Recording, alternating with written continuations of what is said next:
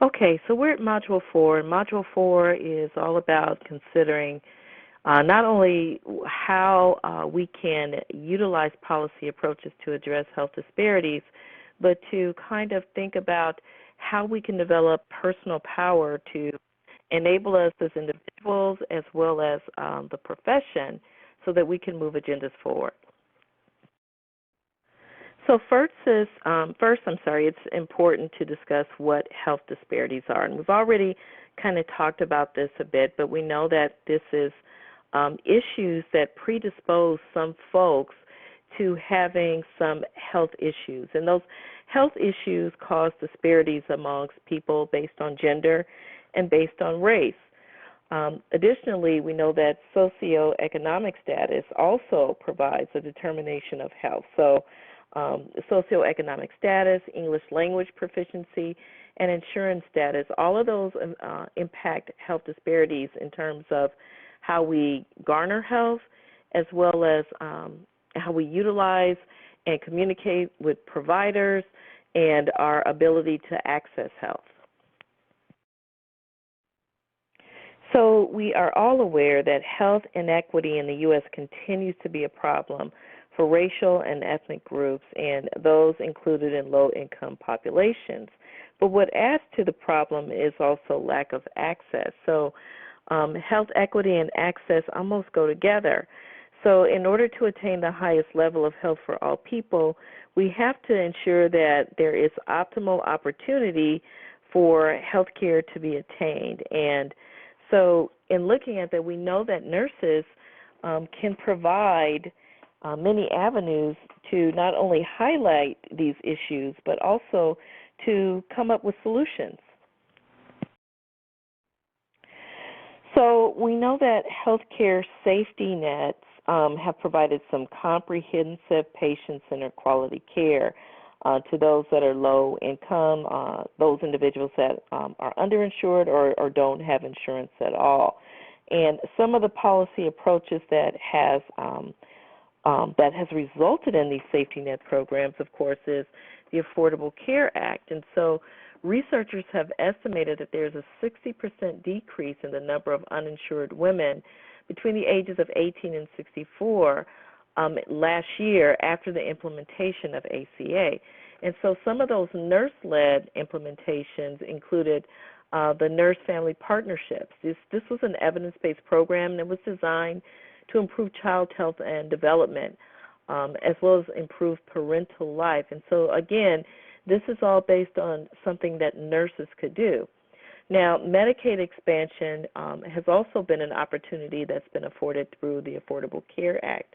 And so this includes greater population coverage and also has allowed us to focus on preventative health care. One initiative is the Family Farm Worker Health Program. It's a 2-week service learning opportunity where nurse practitioner students provide primary care for migrant workers. Again, another initiative led by nurses. So opportunities are certainly there. We just need to find and consider and think out of the box to be able to come up with some initiatives to look at health disparities. Now, the Affordable Care Act also calls for us to look at our quality of care. And linking quality and funding has certainly been something that has been talked about quite a bit. And some of this has really resulted in some different models of care.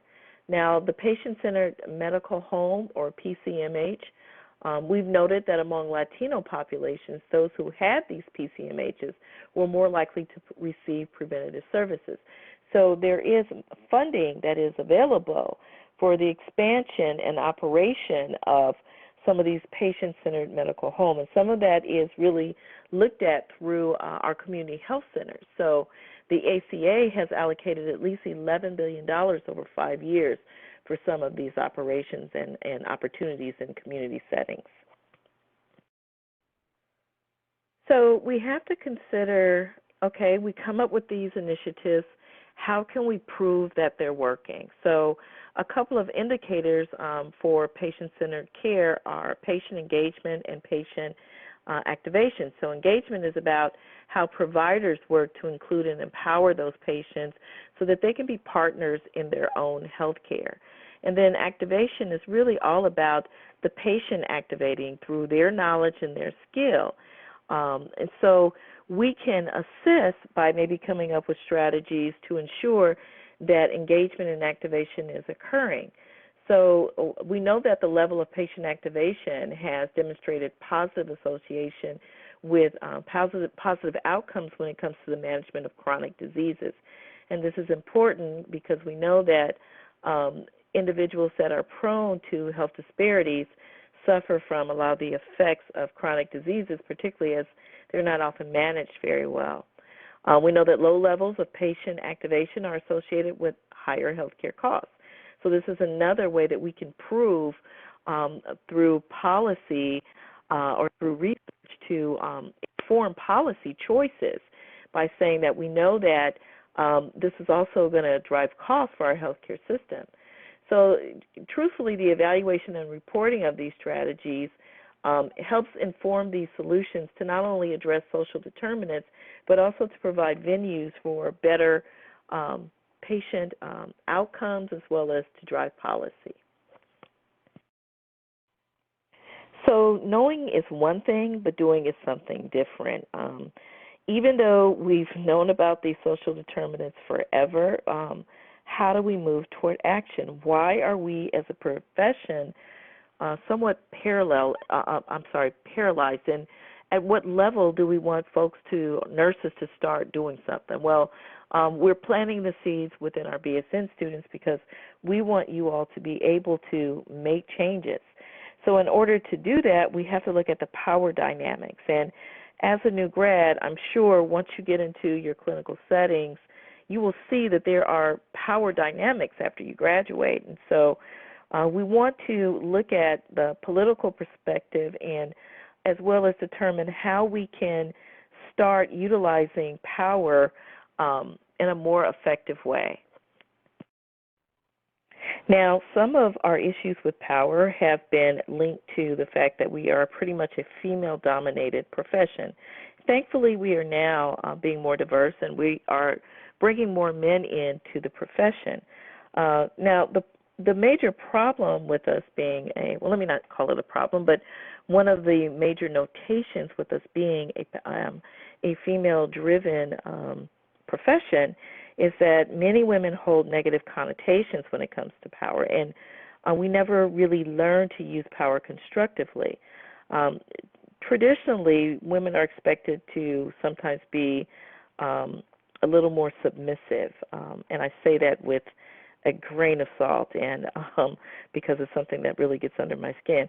But anyway, we've not really been socialized to really utilize power in a positive way. And so men, for example, their use of power is usually just kind of based on it's ordinary, it's expected. But for women, we're usually more accommodating. So, for example, the way this is manifested kind of in real life is that let's say that there's a leader that is powerless. Well, this often creates an ineffective, petty, dictatorial, and rule-minded management style. So we want people to understand the importance of power, that power is not good or evil. It's really about how we use it. And we know that people who are truly powerful don't really have to be overt in demonstrating their power. Now, again, a lot of this is the way that we were trained in the profession. And I'd have to be completely honest and say that, I was a pretty power-driven manager in a very negative way. Would just write you up simply for breathing the wrong way, showing up late, your shoes not being white enough, just really things that just really didn't make a difference. It's because I wasn't taught the appropriate way to utilize power, and I was following those mentors that were before me. So we have to kind of change the context of that, and thankfully we are within our profession. So looking at power being used more in a positive way, we have to understand that it's important to exert influence on behalf of rather than over. So thinking about how we utilize power in the profession and as individuals is really important to how we move forward in being a part of discussions that impact policy.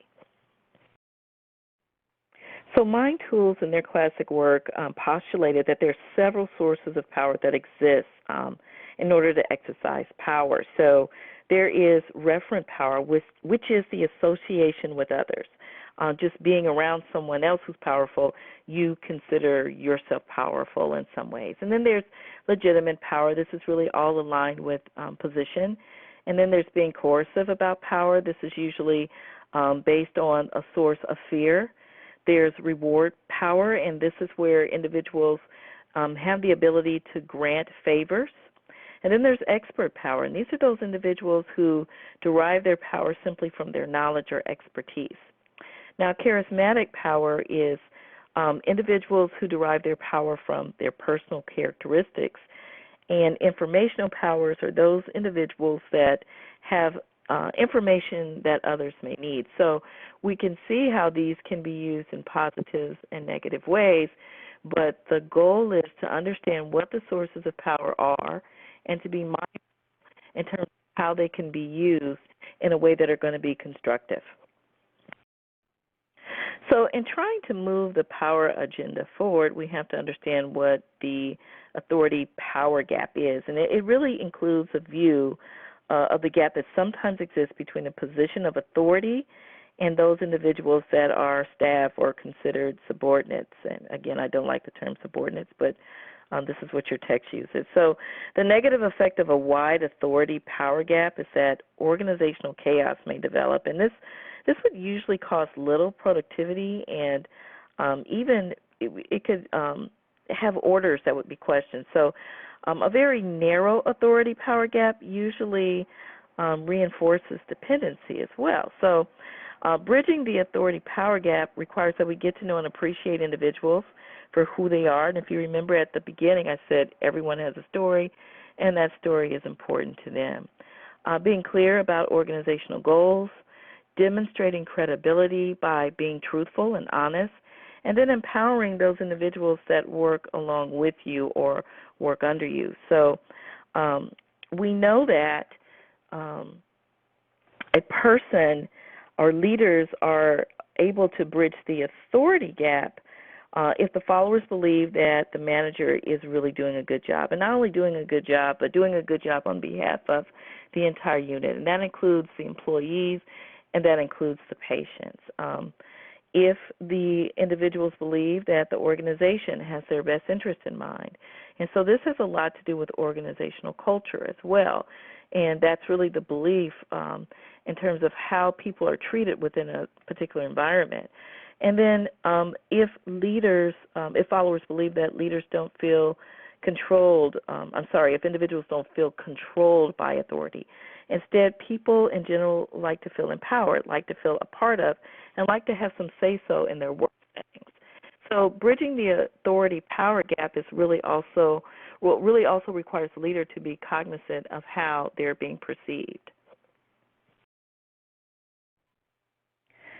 So your text offers that building a personal power base as a novice nurse or new leader requires that we focus on some of the following. And building this personal power base, again, is a way for us to take a step toward being actively involved in those entities that would allow us to move policy forward or to be a part of the policy process. So to maintain personal power, and this is to really kind of take care of ourselves and to take time to unwind. And this also means maintaining your own energy as well. So this means resting, having fun, and making sure to invest time in significant relationships and develop outside interests. So in order to take care of others, we have to make sure that we're taking care of ourselves. The other is to present a powerful picture to others. We should think about how we are presenting to others, and this is why we try to harp a lot on dress code in this program. So Being assertive, being poised, articulate, well-groomed, presents a picture of personal control and power. So, they always say you want to dress for the job you want and not necessarily for the job you have. Pay the entry fee. So be a contributor to the organization, attend meetings, volunteer, be a part of service opportunities,